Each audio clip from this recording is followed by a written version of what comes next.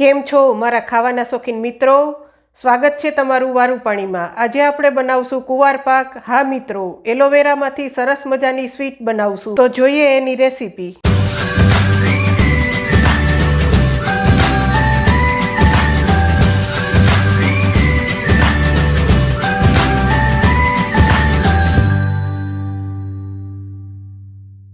આપણે એક કુવાર પાઠુંનું પાન લેશું। કુવાર પાઠું એટલે કે એલોવેરાનું એક પાન લેશું। હવે આ પાનમાં બંને સાઈડ જે કાંટાવાળી હોય છે એને આપણે પહેલા છરીથી કાઢી લેશું।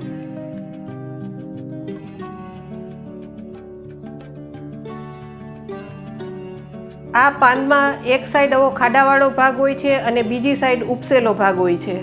પાનની આગળનો ભાગ આપણે થોડો કાઢી નાખશું અને જે ઉપસેલો ભાગ હોય છે એની ઉપરથી આપણે છાલ કાઢી નાખશું। લીલા કલરની છાલ આપણે કાઢવાની છે, અંદરનો સફેદ ભાગ રાખવાનો છે। આ રીતે આખા પાનમાંથી આપણે એક સાઈડથી છાલ ઉતારી લેશું। આખા પાનમાંથી છાલ ઉતારી લીધા પછી આ રીતે આપણે એક થાળી ઉપર રાખી દેશું અને એક છરીની મદદથી આપણે વચ્ચેનો સફેદ ભાગ કાઢી લેશું। આ રીતે ગ્રીન છાલ ના રહેવી જોઈએ, જો રહી ગઈ હોય તો ફરીથી આપણે કાઢી લેશું। હવે આપણે જે આ સફેદ ભાગ કાઢેલો છે એના નાના નાના ટુકડા કરી લેશું। બહુ નાના નહીં, આ રીતે આટલા આટલા ટુકડા કરશું। હવે આપણે જે એલોવેરાના પાનમાંથી વચ્ચેનો સફેદ ભાગ કાઢેલો છે એ એક વાટકો આપણે સફેદ ભાગના ટુકડા લીધા છે। એનું જો ખૂબ સહેલી રીતે માપ તમને બતાવું તો મિત્રો 1 લીટરે એક મોટું પાન એલોવેરાનું આપણે લેશું। જો નાના પાન હોય તો 2 લેશું। હવે આ ટુકડાને એક મોટા વાસણમાં લઈ ગરમ પાણીથી ધોવાના છે। એમાં ગરમ પાણી નાખી આ રીતે હાથ ફેરવી અને 3 થી 4 વખત પાણી બદલાવી ને આપણે ધોવાનું છે। આ રીતે ધોવાઈ જાય એટલે આપણે એક બીજું વાસણ લેશું, ઉપર એક આવી ચાળણી રાખશું અથવા તો કાણાવાળું કોઈ પણ વાસણ રાખશું અને એમાં આ પાણી આપણે નાખી દેશું। એલોવેરાના પાનમાં ખૂબ જ કડવાશ અને ચીકાશ હોય છે, તો આ રીતે ગરમ પાણીથી 3 થી 4 વખત ધોવાથી એમાંથી ચીકાશ અને કડવાશ નીકળી જશે। આ ટુકડાને ફરીથી આપણે બાઉલમાં લઈ લેશું। ફરીથી આપણે ગરમ પાણી નાખશું। આપણે બહુ ગરમ પાણી નથી લેવાનું, થોડું થોડું ગરમ પાણી હોય એવા પાણીથી ધોવાના છે। ફરીથી એમાં આ રીતે હાથ ફેરવી અને ફરીથી આપણે આ પાણીને એક ચાળણીમાં કાઢી લેશું। આ રીતે 4 વખત આપણે આ ટુકડાને મીડિયમ ગરમ પાણીથી ધોઈ લેશું। આ ટુકડાને 4 વખત ધોયા પછી આપણે એક થાળીમાં લઈ લેશું। પછી એક ગ્લાસ લેશું। ગ્લાસને આ રીતે ઊંધો વાળી અને એના કાંઠાની મદદથી આ રીતે આપણે છૂંદો કરી લેશું। આ રીતે છૂંદો કરી લીધા પછી આ ડીશને આપણે સાઈડ પર રાખશું। હવે એક કડાઈમાં ફૂલ ફેટવાળું 2 લીટર દૂધ લીધું છે।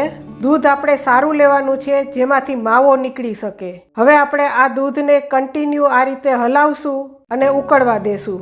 દૂધ કડાઈમાં નીચે ચોટે નહીં એનું ખાસ ધ્યાન રાખશો।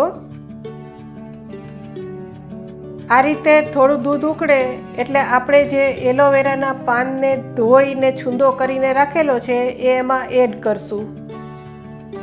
હવે આપણે આને કન્ટિન્યુ હલાવતા રહેવાનું છે। કડાઈમાં નીચે ચોટે નહીં એનું ધ્યાન રાખવાનું છે અને કડાઈની ફરતી બાજુથી પણ આપણે ઉખેડતા જશું, જેથી ત્યાં વધારે દૂધ જામી ન જાય। જ્યાં સુધી દૂધમાંથી માવો ના બની જાય ત્યાં સુધી કન્ટિન્યુ આપણે દૂધને હલાવતા રહેવાનું છે। આપણું દૂધ ઘાટું થઈ ગયું છે, હજી પણ આપણે માવો થાય ત્યાં સુધી આ દૂધને હલાવતા રહેશું।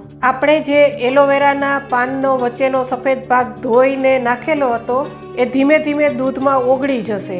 એલોવેરા સ્વાસ્થ્ય માટે ખૂબ જ ગુણકારી હોય છે। દૂધમાંથી હવે માવો બની ગયો છે।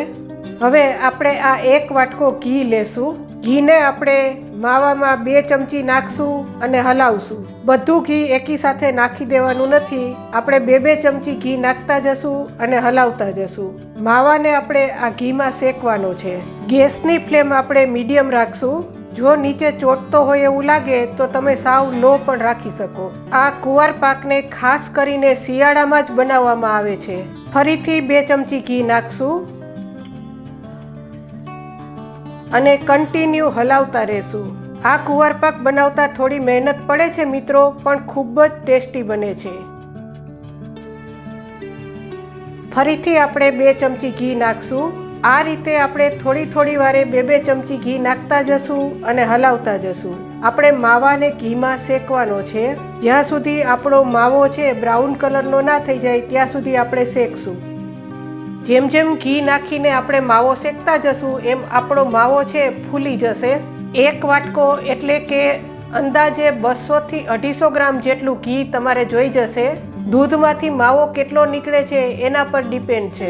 આપણે આમાં જેમ જેમ ઘી નાખીને શેકતા જશું એમ આપણો માવો છે સરસ ફૂલી જશે। પહેલાં આપણે જેમ ઘી નાખશું એમ માવામાં ઘી પી જશે, પછી જેમ જેમ માવો શેકાશે એમ ઘી છૂટું પડશે। હવે આપણું ઘી થોડું છૂટું પડવા લાગ્યું છે અને માવો છે એકી સાથે ફરવા લાગ્યો છે।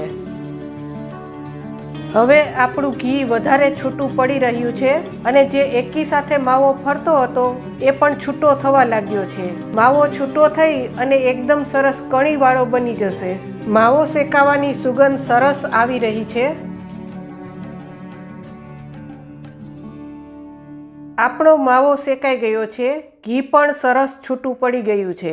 આ રીતે બ્રાઉન કલરનો થાય ત્યાં સુધી આપણે માવાને શેકવાનો છે। હવે આપણે ગેસ બંધ કરી દેશું। ગેસ બંધ કર્યા પછી પણ આપણા માવાનો કલર થોડો હજી વધારે ડાર્ક થશે, કારણ કે આપણી કઢાઈ અને ઘી ગરમ હોય છે। હવે આપણે આને ગેસ પરથી ઉતારી સાઈડમાં રાખશું અને ચાસણી બનાવશું। હવે આપણે એક તપેલામાં 1 કપ ખાંડ લેશું। ખાંડ ડૂબે એટલું પાણી નાખશું, પછી કન્ટિન્યુ હલાવતા રહી અને એની ચાસણી બનાવશું। આપણી ચાસણી સરસ રીતે ઉકળી ગઈ છે। હવે આપણે ચાસણીને ચેક કરશું। એક ડીશ લઈ એના ઉપર 1 ટીપું પાડશું। 1-2 સેકન્ડ પછી આપણે ડીશને આડી કરશું। જો ટીપું ત્યાંને ત્યાં જામી જાય અને રેલો ચાલે નહીં તો આપણી ચાસણી બની ગઈ છે, અને જો ચાસણીનું ટીપું લેરાઈ જાય તો આપણી ચાસણી થોડી વાર ઉકળવા દેવી પડશે। કુવારપાકની ઢેફલી પોચી જ હોય છે એટલે ચાસણી બહુ આકરી કરવાની નથી। આપણી ચાસણી બની ગઈ છે, ગેસને બંધ કરશું। આપણે જે માવો બનાવીને રાખ્યો હતો એમાં આપણે 1 ચમચી એલચી પાવડર એડ કરશું અને બનાવેલી ચાસણી પણ આપણે એમાં એડ કરશું। ચાસણી અને માવાને આપણે બરાબર મિક્સ કરશું। કુવારપાઠુંના ફાયદા વિશે તો બધા જાણતા જ હોય છે, છતાં હું થોડા ફાયદા નીચે ડિસ્ક્રિપ્શન બોક્સમાં લખીને મૂકું છું, જે તમે જોઈ શકો છો। આ એક થાળીમાં મેં ઘી લગાવીને રાખ્યું છે। આપણે જે માવો અને ચાસણીને મિક્સ કરીને રાખ્યા છે એને આ થાળીમાં લઈ લેશું।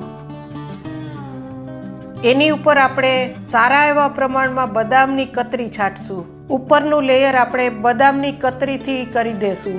કુવારપાકની ઢેફલી જાડી દરવાળી જ હોય છે, જેથી આપણે થાળીને આખી ભરી દીધી છે।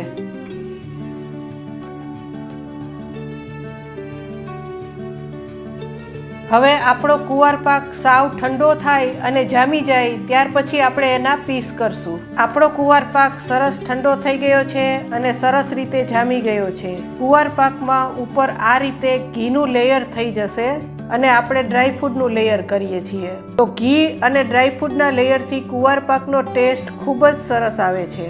હવે આપણે એક છરીની મદદથી એના પીસ કરી લેશું।